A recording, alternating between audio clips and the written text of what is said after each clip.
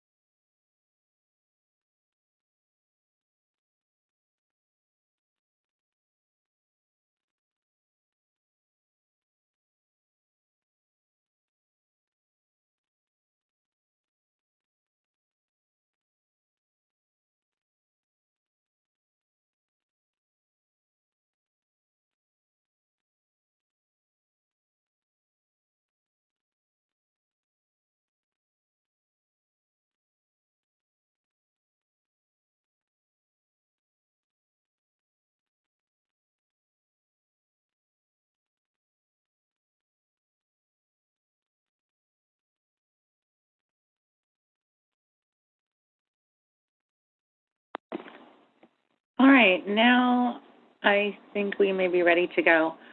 What I wanted to do was welcome you all to our first recorded Zoom lecture, and it is the first one I've done on Zoom. So again, any issues if you have in audio or video, let me know, and I can adjust those for our next meeting that will happen pretty close towards the end of the semester. But what I wanted to go over with you guys today is delve into some of the chapters that we're working on. And chapter 3 is one of them. We're really getting into a little more than the basics now, seeing that there are some preparation that are needed to prepare financial statements, some adjusting entries, closing the books, learning the difference between accrual and cash basis.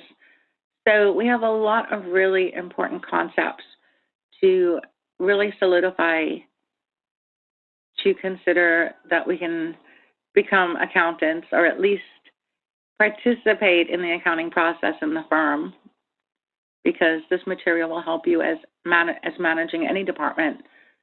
You'll be called upon to understand these, not to the degree of the accountants, but certainly to understand them. Okay, so I'm in chapter 3. And here we have the accounting period.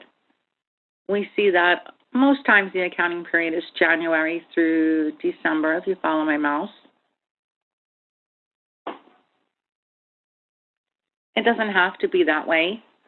We can look at things for the quarter, as you see it split here. There are 4 quarters. We can look at it in that period. We can look at things monthly, which I sometimes do too, semi-annually, annually, and sometimes the period doesn't always start in January.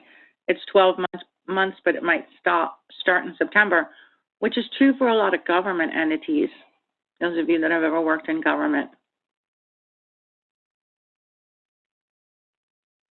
So the big concept or at least one of the very big concepts to understand fully when you get started in accounting is the accrual basis of accounting, because the cash basis is the way that we probably looked at things if we run any small business, sold some hobbies or crafts.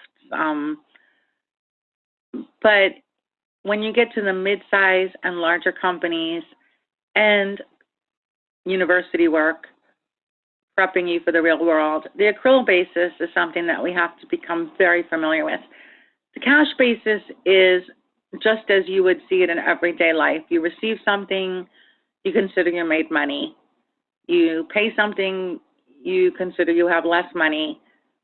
And at the time that it happens is the time that you record it, and that's when you appreciate it or see that it's gone, see that the money's been spent. But on the accrual basis, the money that you have physically in the bank may not line up with what you have on your books. And what you have on your books is what you're going to present to your boss, to the board, to the stockholders, to the IRS. And that is, as we see here, that the revenues are recognized when earned and expenses are recognized when incurred. So really, just in everyday English, we can say that we may have received money for something. Let's say somebody handed me, I do a lot of taxes, so let's say they handed me $500 to do their taxes, and I picked up the work, but I didn't do the work yet, and they handed me $500. And that does happen to me. Well, in the cash basis, you'd say, okay, I recognize revenue of $500. I have this $500. But in the accrual basis, we haven't earned it yet. We haven't earned the money yet. So since we haven't done the work, we're going to put it into another account in the books until we actually deserve it. I know that might sound like a very basic way of looking at it, but simple is always best. We haven't earned it. We don't deserve it yet. I haven't touched that tax return yet. It's sitting right here. And actually, I do have quite a few sitting right here, considering that it's that time of year, right? So the same goes with expenses. And to that, it can be to your benefit. You have paid your, let's say, I'm trying to think of what you might pay in advance. Let's say you had to pay your rent in advance, and you haven't lived there yet for the month, but you have to pay it up front. That's an example of something that you would accrue for. You would not really owe the money yet, but you've had to pay it. So therefore, the full amount of it is not deducted from your books. And here's an example of accrual versus cash. A transaction when we paid $2,400 for 24 months of insurance beginning on December 1st, 2013. And insurance is really a very common example of how to describe the accrual basis, because a lot of times insurance is paid upfront in advance for the coming year, for the coming period, like your car insurance, your property insurance. A lot of times it's prepaid, as they call it. So Fast Forward did this. They paid for 24 months on a business policy insurance. And we see that in the cash basis, the whole $2,400 would be recognized as insurance expense on your books, an expense. And no insurance expense would be recognized in 2014 or 15 because we recognized it all already, right? So since we recognized it right away when we paid it, it's over. There's nothing else to recognize in 2014 and 15. Now moving forward to the accrual basis, $100 of insurance expense is recognized in 2013. And why is that? Why only $100?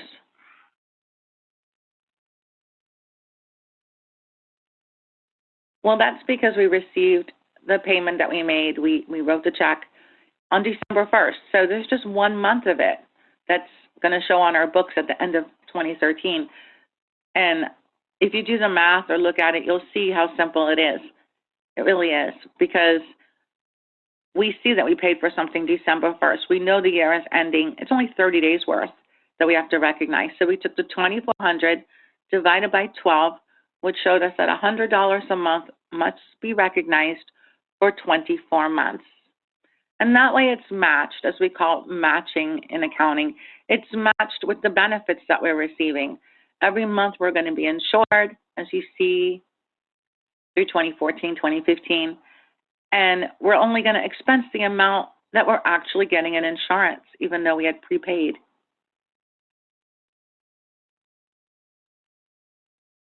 So look at this example. The revenue recognition principle states that when we recognize revenue when the product or service is delivered to our customer. So we've delivered the product to our customer. I think we should record the revenue earned.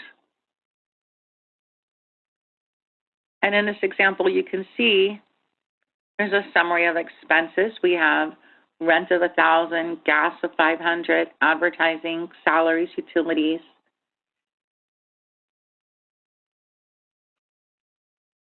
And here's a good visual to see about adjustments, because we talk a lot about adjustments in these first few weeks. What we have to do is we have to adjust our balances, our account balances, and our books to what they should be, to the proper amount, what they're supposed to be.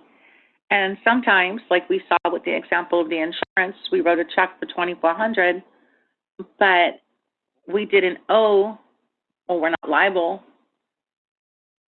for all those months of insurance yet, but we had to prepay. So we needed to make adjusting entries. And that happens at the end of each month or the end of each cycle in the accounting departments. And some examples here, as we see, they're going to happen to asset or liability accounts, all right, to bring them to the proper balance. We see that if we paid or received cash before expense or revenue was recognized, and we would have to make an entry, in this example, to unearned revenue. You can look at that as the example of my getting paid before I did those tax returns. I hadn't earned it yet, right? Unearned revenue. And it could also be prepaid expenses, something that we paid for in advance. On the other side, if we paid or received cash after expense or revenue is recognized, then we have to accrue for it. That's the other way. All right, let's say somebody trusts us and we owe them money. They've done some services for us and they just haven't billed us yet. We need to accrue for that. And that's an entry, an adjusting entry that we would make at the end of the month when we close our books. A little more on prepaid or deferred expenses, where they're giving their check for the 24-month insurance policy. You see the gentleman handing the check right over to his agent. And we see that we have to make entries to the books. Right here we have the T accounts down here. We see this $100 that we're going to make a $100 debit entry to insurance expense, because we said we're going to have 1 month of that. We need to recognize at the end of December. And then a credit to prepaid insurance. That's the offsetting entry for the expense, to take it out of prepaid. In other words, prepaid was like a savings account. We're taking 100 out because we used it. And now we see at the bottom in our T accounts that we have a balance of $2,300 in that set aside that we had for insurance. Same thing we can do for supplies. In this example, we have, fast forward again, they purchased $97.20 of supplies. And they realized that on a certain date on the end of the year, they counted the supplies and realized that they only had $8,760 on hand. So they didn't use them all. So we can make an adjustment so that we don't take the hit on all those supplies that we paid for, because we didn't use them all. And it'll depend on your company what they consider substantive and they consider worth adjusting for. But to have an accurate set of books, when we're purchasing almost $10,000 in supplies, we want to adjust to the actual amount. But you wouldn't do that if you went to Office Max or Staples or whatever it is and picked up $200 in supplies. You wouldn't really probably spend the time on that. So just a little reality check on that one. So we bought the 9720, as you see in the T account. And at the end of the year, we have December 31st, 1,050 were used. So we end up with a balance of 8670. And we take that 1,050 and expense it to supply expense. That's how much we used.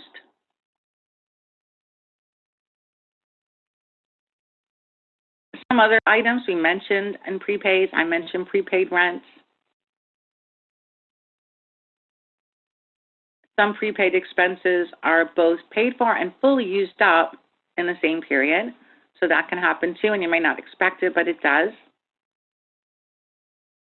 And let's look at rent. We talked about rent a little bit, number 3. You may find that in the example of rent is that you only pay on the 1st, but you're only paying, let's say you're only paying for that month. Let's say you paid rent on the 1st of January, and it was only for the month of January. So when you close your books for that month, for January 31st, there's nothing else to carry over, right? Because you lived out the whole month of January and you only paid for January. So even though you prepaid it, you don't close out your books every day, and there's no reason to make an entry every single day when you know by the end of the month that you will have fully used that month of rent, the benefit of having it that you paid in advance. So there's certain times that you may think you have an adjustment to make, but it all resolves itself within the same period, and it's no adjusting entry needed.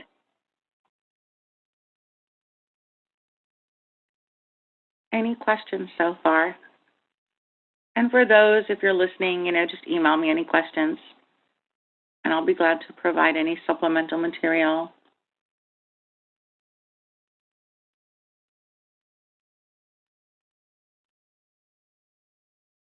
All right, let's go on to depreciation. We'll spend a little bit on that. And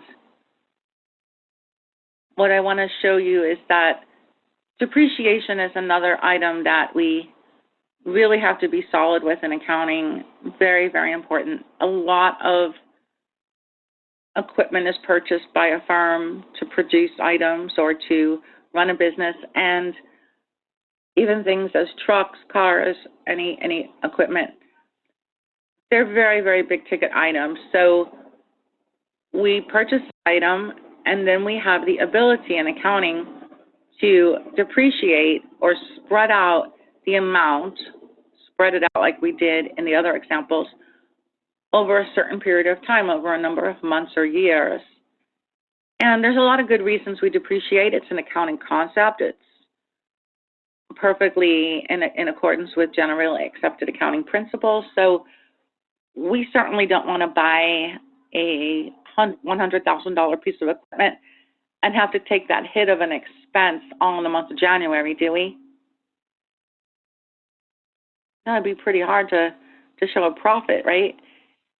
And it wouldn't even be very, very accurate, right? Because we're buying a piece of equipment that we're going to use all year or for the next 5 years.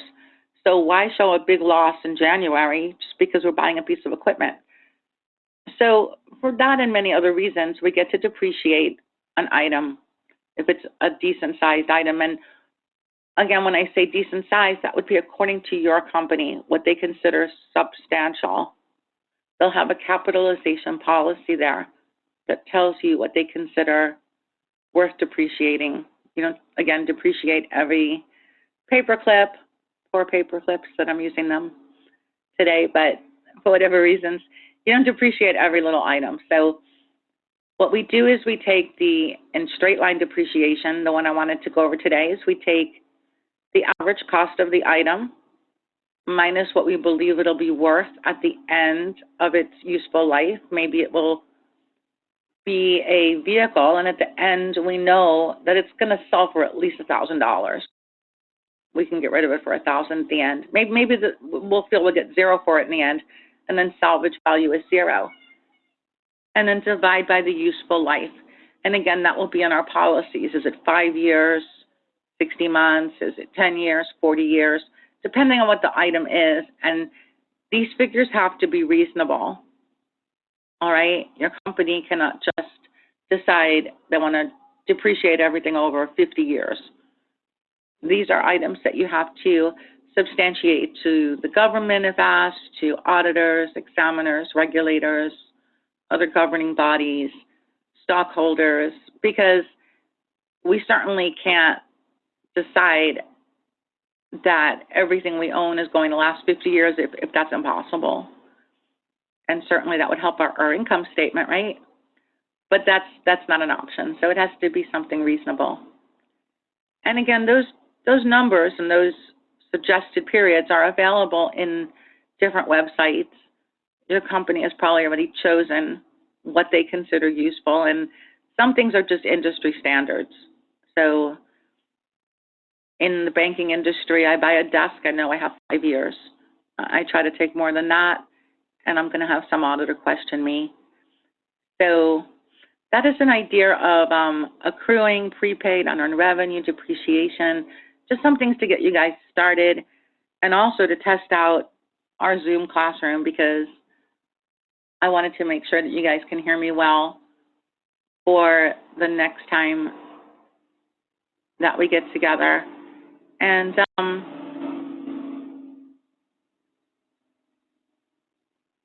going to stop sharing my screen.